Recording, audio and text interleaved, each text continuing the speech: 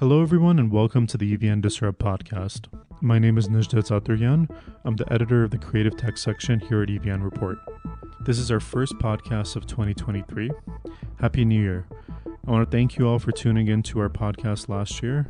This year we'll continue to bring you episodes with founders, investors, and other members of the Armenian startup ecosystem and tech sector. My guest today was Narek Vardanyan. Narek is the co-founder of the crowdfunding formula and the co-founder and CEO of prelaunch.com, a platform for evaluating startup ideas. We spoke about what metrics their platform uses to determine the likelihood of success of the product. Narek also shared with us his advice on what founders should consider before picking a startup idea. Thank you for listening.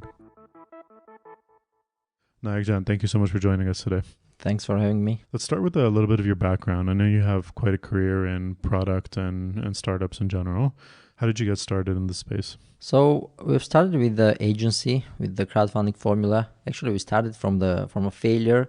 We failed and then wrote a book. It became very popular, and then we started to do some consulting. What was the failure? The failure was an application that me and my friend wanted to get funding for.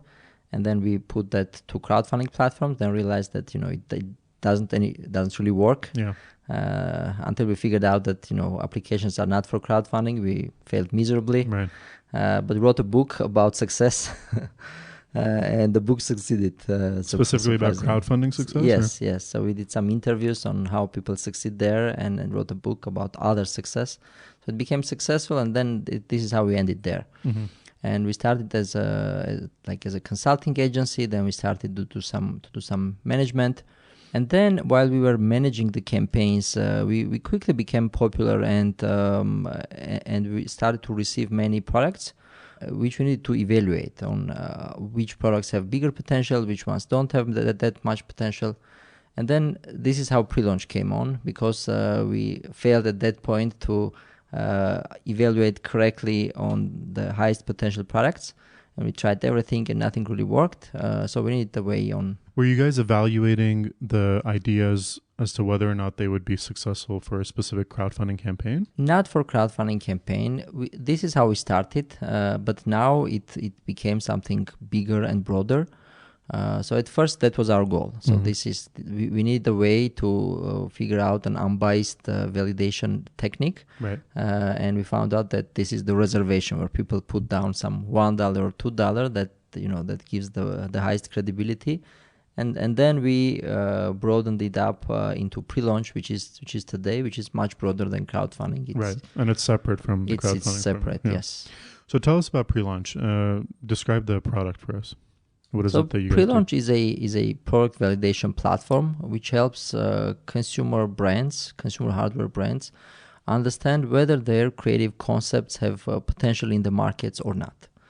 And what they do, they create these simple pages, describe their products, and see if people are ready to put down $1 or $2 to get a significant discount when this product releases into the markets. Like a landing page. Like a landing page, yes.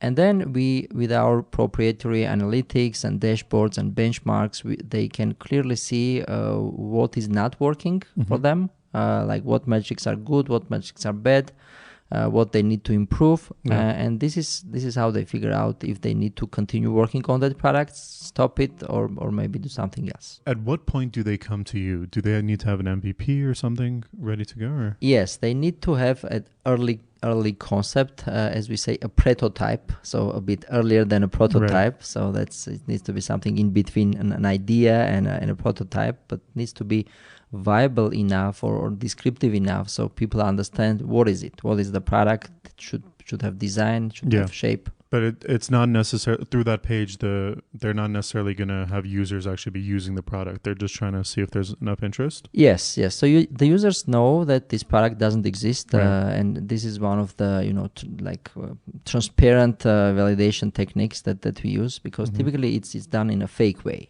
So they would put it on the website, and you would go assuming that's a product, and then you would figure out that the product doesn't exist. Yeah. So on pre-launch, you know that the product doesn't exist, and you know that if you put down your small amount of money, you don't risk anything. So if you change your mind, the pre-launch will send it to you back, refund your amounts.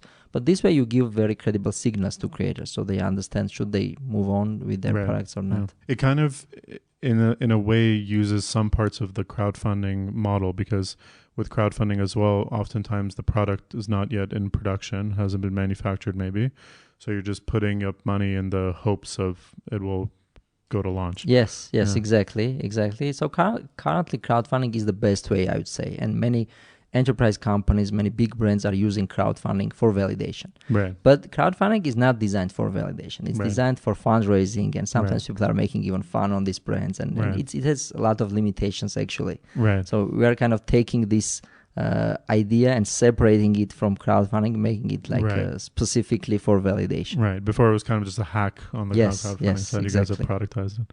So what are some of the key indicators you guys are monitoring and looking for when you put up the landing page? That's a very good question, because we tracked about 35 metrics. Sometimes people look at vanity metrics that didn't really matter. And sometimes they'll see who is clicking to their ads and become very happy, and then like put their house as a collateral, take the money and invest everything into the products, which doesn't actually mean that people are going to buy those products.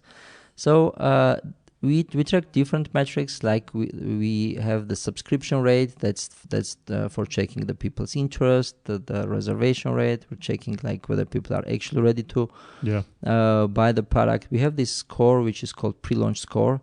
We have some scientists who are working on this score. It's a kind of combination of all these metrics to not complicate creators a lot. It's kind of condensed into one simple metrics. But the overall idea is that there are so many metrics that you can clearly see what is not working for your product. Like, is it the audience? Is it the positioning? Is it the interest? Is it the price? Is it the color? And then with time, we figured out like what metrics stand for what. And then we use our experience and benchmarks to guide creators so they understand what these metrics mean, right? What they should be focused on. Yes. Because if you do it on your own website, if it's really good or it's really bad, you'll know it. But if it's in somewhere in between, and typically it's in 95% of the cases, you don't know what does that mean. Is it good? Are you doing good or you're doing bad? So you need some benchmarks to guide you. How are the users finding the landing pages? Like, does pre-launch have both sides of the market? Does it have people that are actively looking to take a look at these startup ideas, or are they coming across them organically online through web searches and things of that nature? Both. So it has a marketplace where it has a really big already really big community. It's like 4 months old, but we see about a couple of 100,000 visitors a month to the website. So we have a good organic traffic. We have a big newsletter. People finding it organically. But in most of the cases, the community is coming through advertising. So whenever creators are creating these landing pages, they do advertising to test also the audiences, the niche markets, and bring traffic by themselves. And then pre-launch amplifies those traffic. I would say like it gives 30 to 25% more traffic than you would otherwise get. Yeah. How long have you guys been up now? About 5 months. And can you tell us how many startup ideas have gone through pre-launch? We saw about 1,500 registrations already to the platform. About 200 projects are live, so you can go and like see some cool stuff there. What's the business model? Are the startups that are coming to you guys to help with the validation of the ideas paying like a subscription type model, or is there a different? Yes, now that's subscription with a free plan. So for frictionless onboarding, people can just register, use it for free. We have some cool features like AI Builder. They can try it out, see how it works, build their pages, get their first subscribers. Use the insights, and then when they get used to it and get the value of it, they move to subscriptions. To a subscription model. Yeah. If you're looking at all the metrics that you're monitoring, is there anything you can do with like an 80-20 analysis? Is there 20% of the indicators that provide 80% of the results? Yes. So there are some more important metrics and some less important metrics. Can you share them? And the most important metrics are around this reservation rate. So basically, like the baseline is that where people actually put money, and then you kind of elaborate upon that. That's a really good baseline to drive some insights from. And that's the reservation rate, the cost per reservation, and those are the metrics that clearly indicate whether there's a demand or not out there. Right. Yeah. And on top of that, we build out some, more comprehensive data sets. Yeah. Is there anything you've learned about the validation of startup ideas over these last 5-6 months that has surprised you? Something that you thought didn't matter, but apparently it does, or? Yeah, both in terms of like we're always surprised with the products that nobody is betting that they're going to be successful, and then with the pre-launch we see, like they're the opposite of everyone's expectations, and vice versa. We had some really successful brands which had success with their past 6-7 products, and then the next product was not successful, and then nobody was expecting that the next one won't be successful. So it's always surprising. But with the data, we are always trying to find out some new data that make sense. For example, we recently came up with this elasticity rate. We're changing the $1 and increasing it to up to $10 or $50 to see how it will impact the overall metrics. Yeah. So that's also something that's helping. I think there's another book in the works here, maybe like after a couple of years. Yeah, for sure. How to evaluate startup ideas. Let's talk about what advice you can give to founders in general. Like when a lot of people have business ideas, startup ideas, when they're even just thinking about it, they're not even ready to build out a product, or maybe they're not the person that will build it out. They have to go find a team. What's some advice you give to people from everything you've learned on how to decide if an idea is worth pursuing? Yeah, so depending on what stage they are, the advice can be different, but most importantly, they need to validate the problem first. So this problem validation is the number one thing that they need to do. And after they are validating the problem with their consumers, and we call it your consumer advisory board. So you kind of get on board some consumers and incentivize them, not monetary, but kind of incentivize them that you're going to solve their problems. So they invest their time into your idea, and you start co-creating with them. That's basically the number one hack that is out there that people should do. So as soon as possible, go to their customers, see how clear and how apparent the problem is out there, and try to co-create with them. Don't try to do it in isolation. Right. In software, it's pretty much that's the case. I would say this lean methodology is a religion in software, but especially in hardware, in other industries, in fashion, it's not like that. It's still like in 18th century. Yeah. So people are working in isolation, investing a lot of time, a lot of money, then bringing it to the markets and failing. Yeah. So this is what we want to change. And Paul Graham has this famous essay from probably more than 15 years ago now, where he talks about don't look for startup ideas, look for problems that you can solve, and take a problem-centric approach as opposed to just some product that you're in love with the idea and you try to bring it to market. Yes, that's one of the most common biases in Armenia especially, where people have this solution and then try to validate and try to come up with a problem that fits into their solution. Right. But there should be vice versa. Yeah. Yes. So in terms of going out and just speaking to your potential customers when it's still even at the idea phase, what are some things that you should be asking the potential customers? How do you approach those conversations? Yeah, that's a really good question, because the right questions will give you very right answers. So one of the questions we ask, by the way, we send out surveys right away when they do reservations. So that's the most ecstatic time where people are ready to tell you everything on why they did that. Yeah. Like 1 hour later, it's not working like that. So you need to immediately get the insights.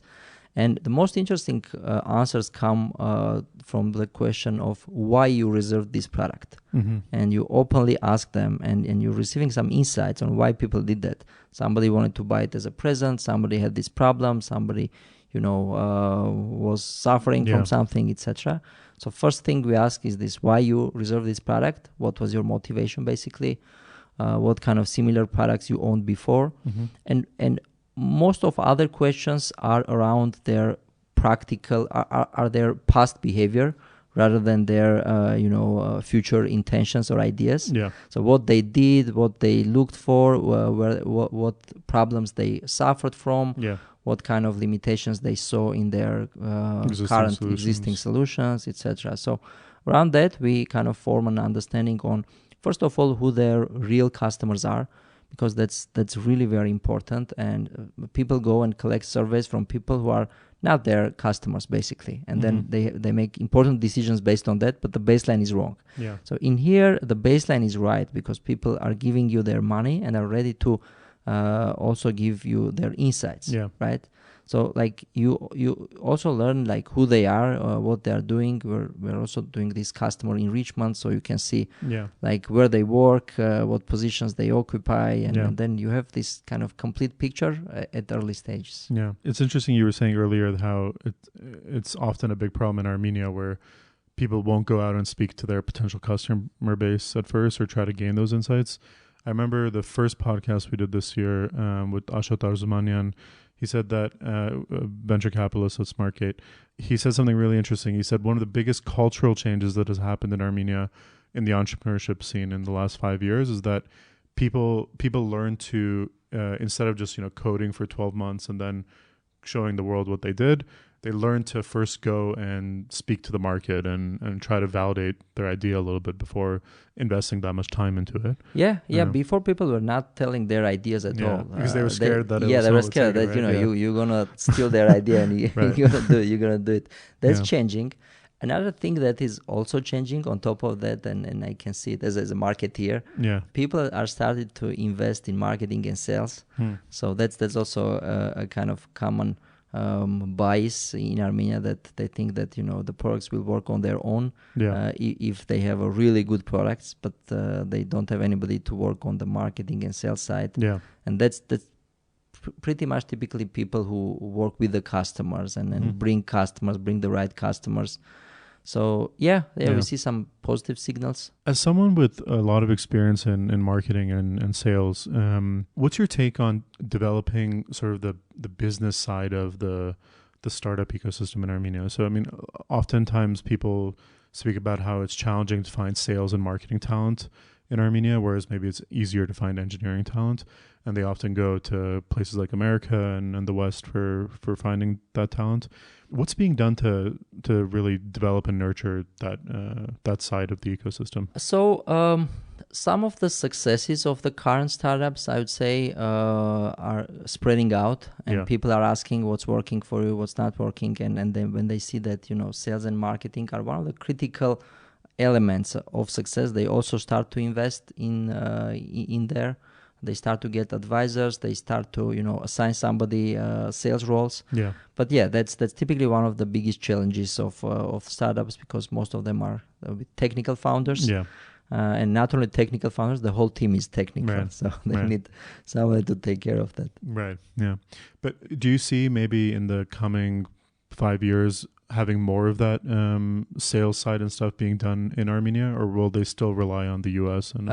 No, for sure, because that's currently is very demanded, and I assume that the demand and supply will balance each other after some time. But currently, it's one of the hot jobs in Armenia, like sales and marketing in SaaS business, in software. Everybody needs that. All the startups that I know pretty much need a marketing person. So it will create, like, from the demand side, it will like pull out some experts, I hope. Right. Speaking of teams, what are some ways that founders can validate whether or not the problem that they've picked to focus on is something that they and their co-founders or their early team are fit to tackle? Are there sort of ways to evaluate that? So before starting, pretty much no. So you can have, like, the first surface evaluation, but everything comes with the experience, comes with the real, when you face real challenges and you see how resilient is the team with the problems.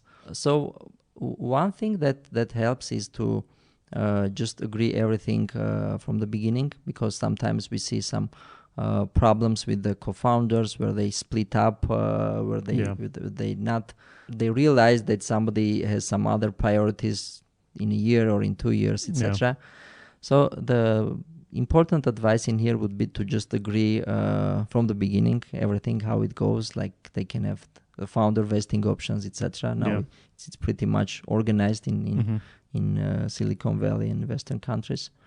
So depending on the areas, you need a different types of mindset. But in startups, it's always difficult. You need to have people who are ready for challenges and take problems as challenges and are sometimes excited with the problems and not vice versa. What about in terms of expertise? Like, for instance, many SaaS businesses, is going out and just speaking to customers enough in that specific